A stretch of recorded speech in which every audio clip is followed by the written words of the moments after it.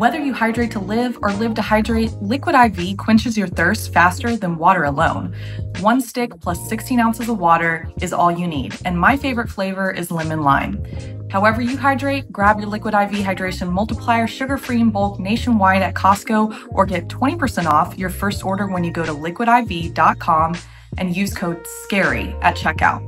That's 20% off your first order when you shop Better Hydration today using promo code SCARY at liquidiv.com.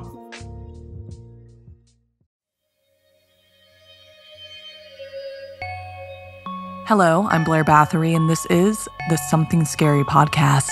Thank you so much for being here. Whether this is your first time or you're one of the brave souls who join us every week.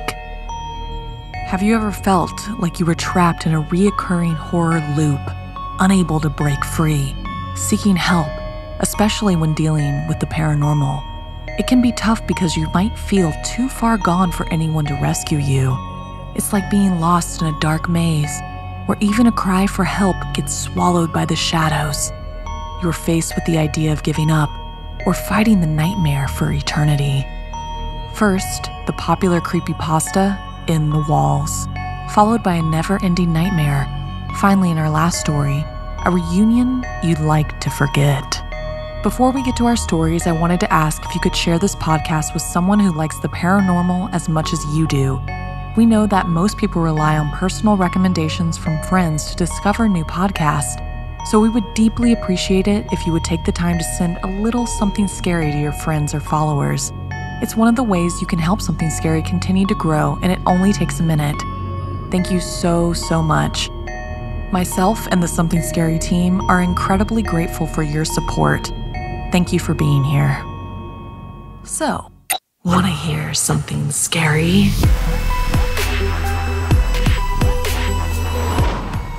Lost in tunnels of terror and time. We can only lie to ourselves for so long before the truth will end up killing us, like in this story inspired by the famous creepypasta, In the Walls by Anonymous.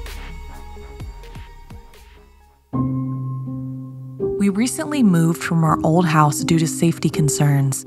I had to get my family, my wife, son Daniel, and me out of there.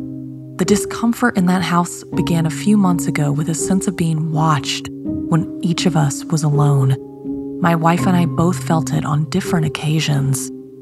One day, while my wife was out, I noticed the creepy vibe was strongest in the upstairs bathroom and the corridor with mirrors.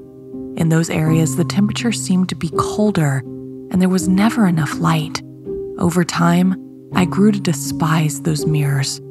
I felt like the house didn't want us there. Online research suggested it might be negative energy due to factors like poor lighting and past events. Thankfully, our son seemed unaffected. There was this one night when I woke up to go to the loo. I stepped into the bathroom and was shocked by how cold it was. It was not safe, how chilly it was in there. I looked at myself in the mirror for a bit, my cold breath steaming up the reflection, and the mirror gave me a bad feeling.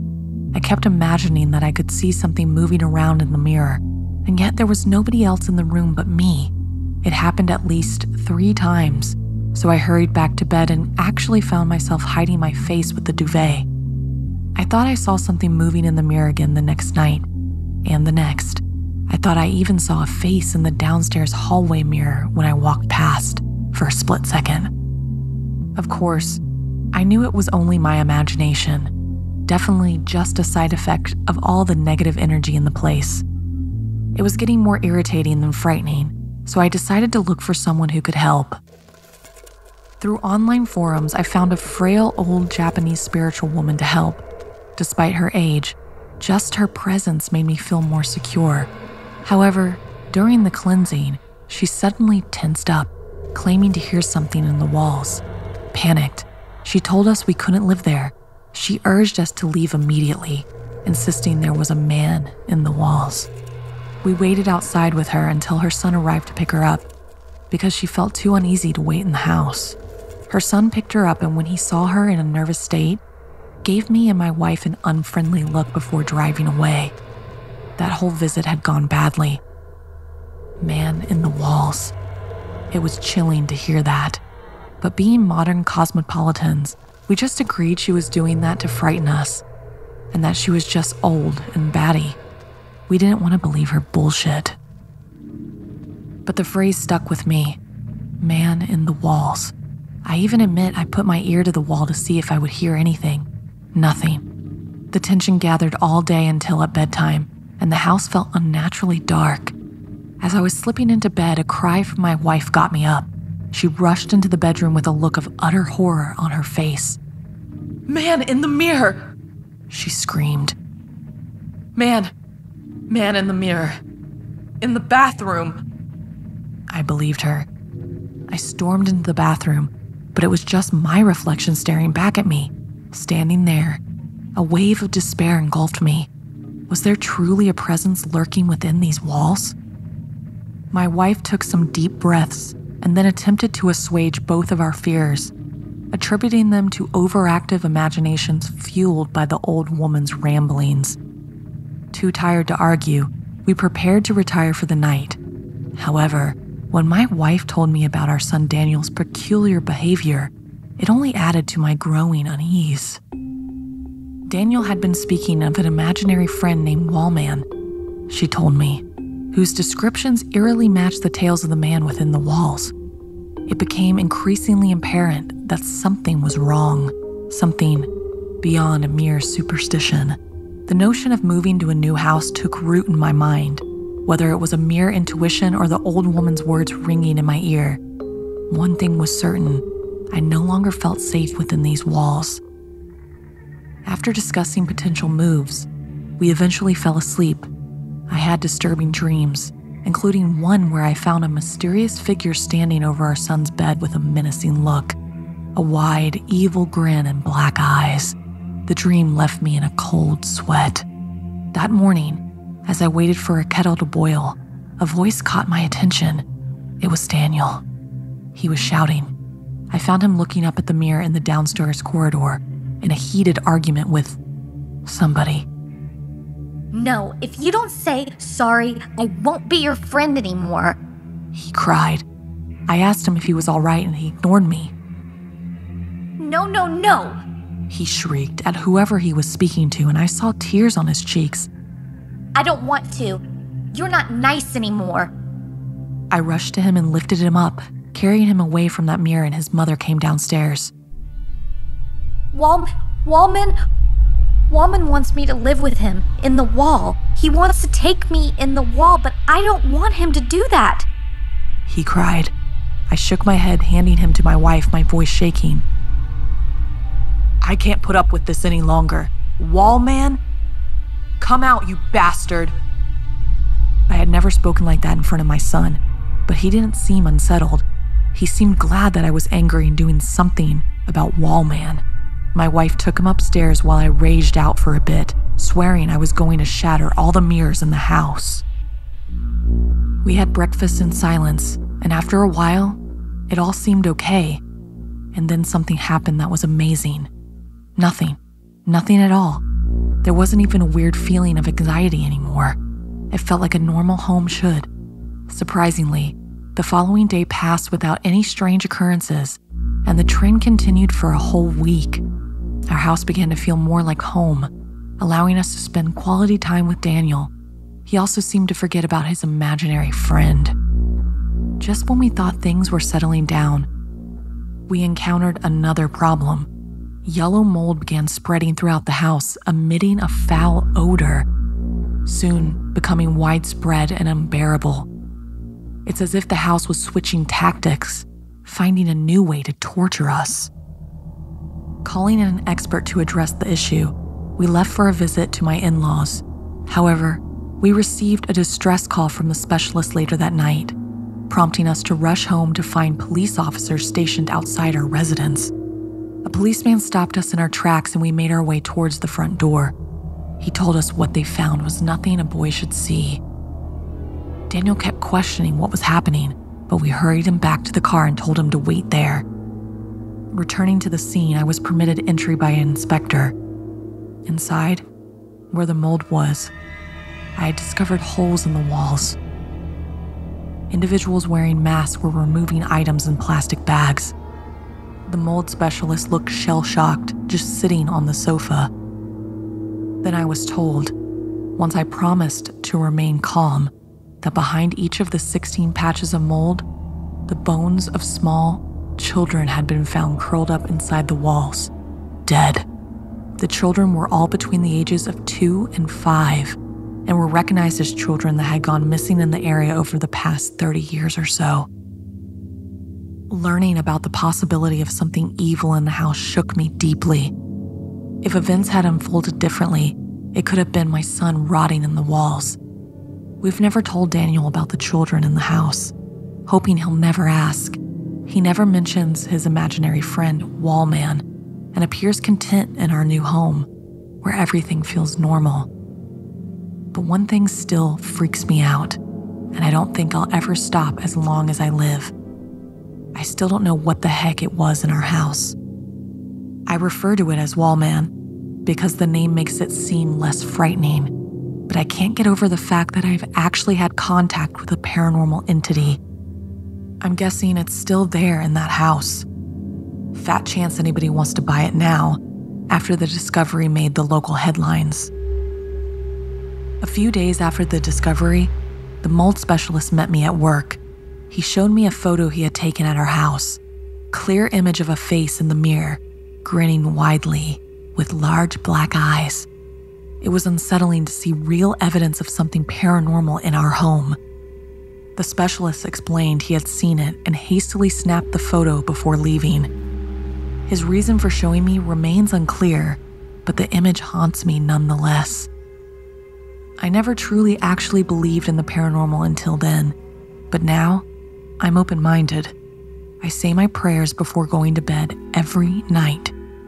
We only have one mirror in my house now, in the bathroom, and I avoid it like the plague. And sometimes, only sometimes, when I am alone at the home and it is quiet, press my ear to the wall and listen carefully.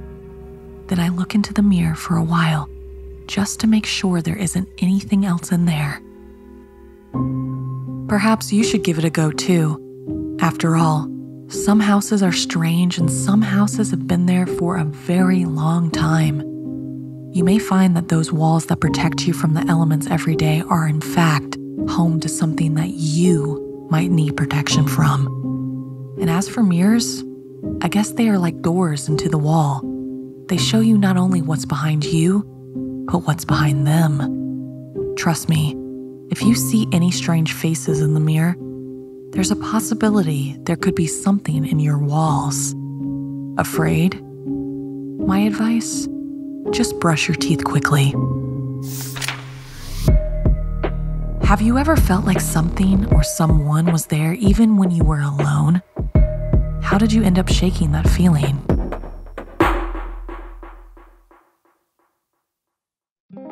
It's getting warmer outside, and I'm always trying to find new ways to stay hydrated in the heat. And whether you hydrate to live or live to hydrate, Liquid IV quenches your thirst faster than water alone. 1 stick plus 16 ounces of water is all you need, and my favorite flavor is lemon lime. 3 times the electrolytes of the leading sports drink, and no artificial sweeteners, and 0 sugar. 8 vitamins and nutrients for everyday wellness, plus it's non-GMO and free from gluten, dairy, and soy. It's really the best drink you can consume when you are sweating, you need a little boost, or you're just looking for some extra daily vitamins. I take it before a workout, before I record the podcast, or anytime I'm feeling a little run down. However you hydrate, grab your Liquid IV Hydration Multiplier sugar-free in bulk nationwide at Costco, or get 20% off your first order when you go to liquidiv.com and use code SCARY at checkout. That's 20% off your first order when you shop Better Hydration today using promo code SCARY at liquidiv.com. Sometimes grief can make you feel like you're going crazy, like in this story inspired by J. Rose. Walking in the woods, the sun started to set, and I was only halfway to the cabin. I turned the flashlight on my phone so I could see. I started hearing whistles through the trees. I just shook it off as the wind. The moon was out now, and the only way I could see was with my phone's flashlight. I felt I was close to the cabin. It was now 9:47 p.m. and it was too dark to see anything without a flashlight. I checked my phone's battery and it was at 1%. Then it died. I should have charged my phone just a bit longer before I left. Now I couldn't see anything but the ground below my feet. I stumbled over a rock I didn't see, and in the distance, I could hear someone else walking around. I could see a flashlight searching through the trees. I stood up as quickly as I could to start walking in the direction of the light. I know it was a stupid idea, but this was my last chance of finding someone to help me find the cabin. The cabin my father gave to me last June, a week before he died. The cabin I've been going to since I was 2. The cabin where I took my first steps. The cabin my mother hated because she thought it was haunted. Ever since I was little, I've always seen shadows in the corner of my eyes. I never thought that the shadows I saw were real. They always disappeared before I could turn my head to really look at them. I almost ran into a tree, but the person with the flashlight called out to me. It was my father. My father was dead, though. I watched him die in the hospital bed. How could my deceased father be in the woods with me? Who are you? I asked shakily. It's me, Charlotte. Your father, he said in a slow, raspy voice. My father didn't sound like that, even when he was dying. I started running as fast as I could to get away from my father, but I suddenly asked myself how he knew my name. Was it him? I wasn't paying attention and ran into a tree. When I got up, it felt like everything was spinning around me. I put my hand on my head to feel it was wet. I looked at my hand, and all I saw was blood. I knew there was a first aid kit at the cabin, but I didn't know where I was. I looked at my watch to check the time. It was 11:42. I started walking around trying to look for the cabin. I soon realized I was walking in circles. Then I heard something. Charlotte, where are you, Charlotte? I heard the thing calling me. It sounded really close by. I started climbing a tree to hide. I then saw the creature pass by me. I don't think it saw me. Then it stopped walking around and just started standing. It then looked up at me slowly, telling me it wasn't nice to hide from my father. I screamed, "You're not my father! My father died!" I started crawling up the tree at a rapid speed. I didn't have time to climb down, so I just jumped down from the tree. I must have sprained my ankle because I wasn't able to step on it completely. I started trying to run, but I was only able to stumble around because of my ankle. I somehow managed to slip on a leaf. I got up as quickly as I possibly could and started looking around for the thing pretending to be my father, but it was nowhere to be seen. When I got up, I saw something in the distance. I walked closer to it to see that it was the cabin. I started running towards it. In a panic, I pushed the door open. When I shut the door trying to catch my breath, I started looking around. In the dark hallway, I saw 2 eyes. The eyes started moving, and I was paralyzed with fear. I crumbled to the floor and started crying. Then all of a sudden, I woke up in my bed at home. It was just a dream, a long and terrifying dream. I was still shaken up, but I left my room and walked down the hall to see that it was my parents' house. I walked into the bathroom and looked in the mirror. How am I still a kid? I thought to myself. I felt as if I lived my whole life in a dream. As I stared in disbelief at the mirror, something started moving. It was my reflection moving, but I was standing still. My reflection started crawling out of the mirror. I screamed as loud as I possibly could. My father came running into the bathroom. "What's wrong? Are you okay, Charlotte?" he asked in a worried voice. It was him. It was actually my father, alive and well. He sounded quite panicked and went to get the doctor. Everything started spinning again. Then I was back in the cabin, but I was alone, and it was morning now. I checked my phone, and it was charged to 100%. I left the cabin, and it wasn't in the woods anymore. I went outside to see I was in an abandoned-looking town. I screamed trying to find someone. Charlotte. I heard my name, but there was nobody. I was completely alone in this little town. I've decided to end my story here because I've told you this story already, multiple times. There is nothing else to it. You don't seem to remember. So I'll just accept my fate to live in this never-ending loop of horror. Have you ever felt like you were trapped in a horror loop? One nightmare after another? How did you break free?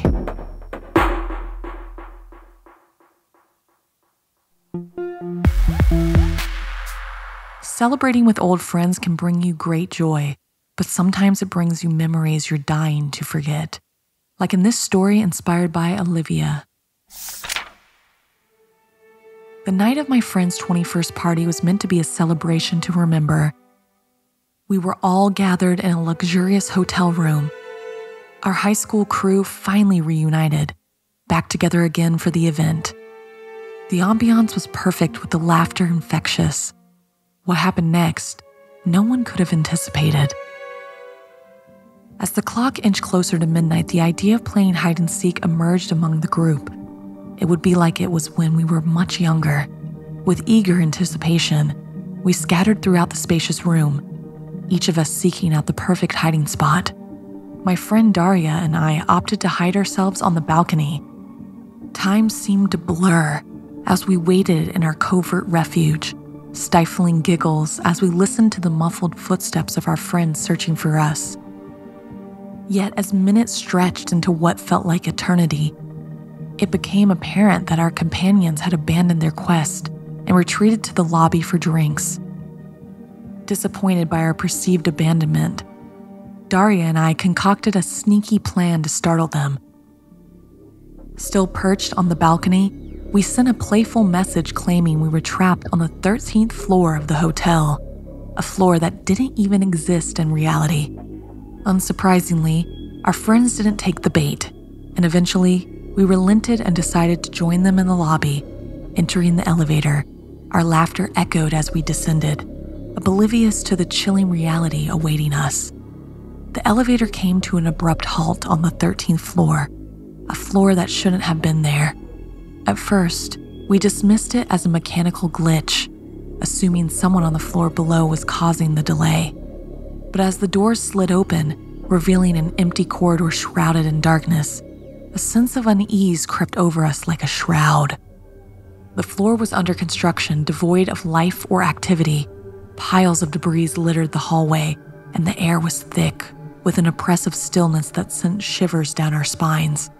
Despite our initial amusement at the coincidence, a gnawing sense of dread began to take hold as we realized the gravity of our situation. Ignoring the warning bells ringing in our minds, curiosity got the better of us, and we stepped out of the elevator to explore. The corridor stretched before us like a labyrinth, each turn leading us deeper into the heart of the abandoned floor. With every step, the clamor of our footsteps echoed ominously against the empty walls, amplifying the eerie atmosphere that enveloped us. As we ventured further, Daria and I inadvertently became separated, our voices swallowed by the vast emptiness of the deserted floor. Panic crawled at my throat as I called out for her, the sound of crashing and clanging reverberating through the darkness like a sinister symphony. Desperate to find her, I navigated the labyrinthine corridors, my heart pounding in my chest with each passing second. Eventually, through sheer luck, I stumbled upon Daria, her face pale and haunted by the horrors we had encountered. Together, we retraced our steps in a frantic bid to find the safety of the elevator, but our efforts were futile. The once familiar corridors had morphed into a labyrinth of uncertainty, leading us further into the depths of the unknown. With mounting dread, we stumbled upon a decrepit staircase, its steps creaking beneath our weight as we ascended in a frenzied bid for escape. The air grew thick, with a stench of decay, and the oppressive darkness seemed to press in on us from all sides. Finally, after what felt like an eternity, we emerged onto the floor where our room awaited, our bodies trembling with a mixture of relief and terror. As we reunited with our friends, their laughter and chatter faded into the background, replaced by the haunting echoes of our ordeal. We recounted our harrowing experience to the group, but our words fell on deaf ears. To them, it was nothing more than a tale spun from the fabric of our imaginations, a product of overactive minds fueled by the adrenaline of the moment. But for Daria and me, the memory of that fateful night lingered like a ghost, a reminder for the inexplicable horrors that lurked within the shadows of what should have been a joyous night. To this day, the truth of what happened remains a mystery, something like a bad dream. And as we move forward, the memory of that night serves as a sobering reminder that some secrets are best left buried in the depths of the darkness, lest they consume us whole. Have you ever had a celebration go bad? Was there something paranormal that haunted the occasion? Tell us your story by sending us an email at somethingscary@snarled.com.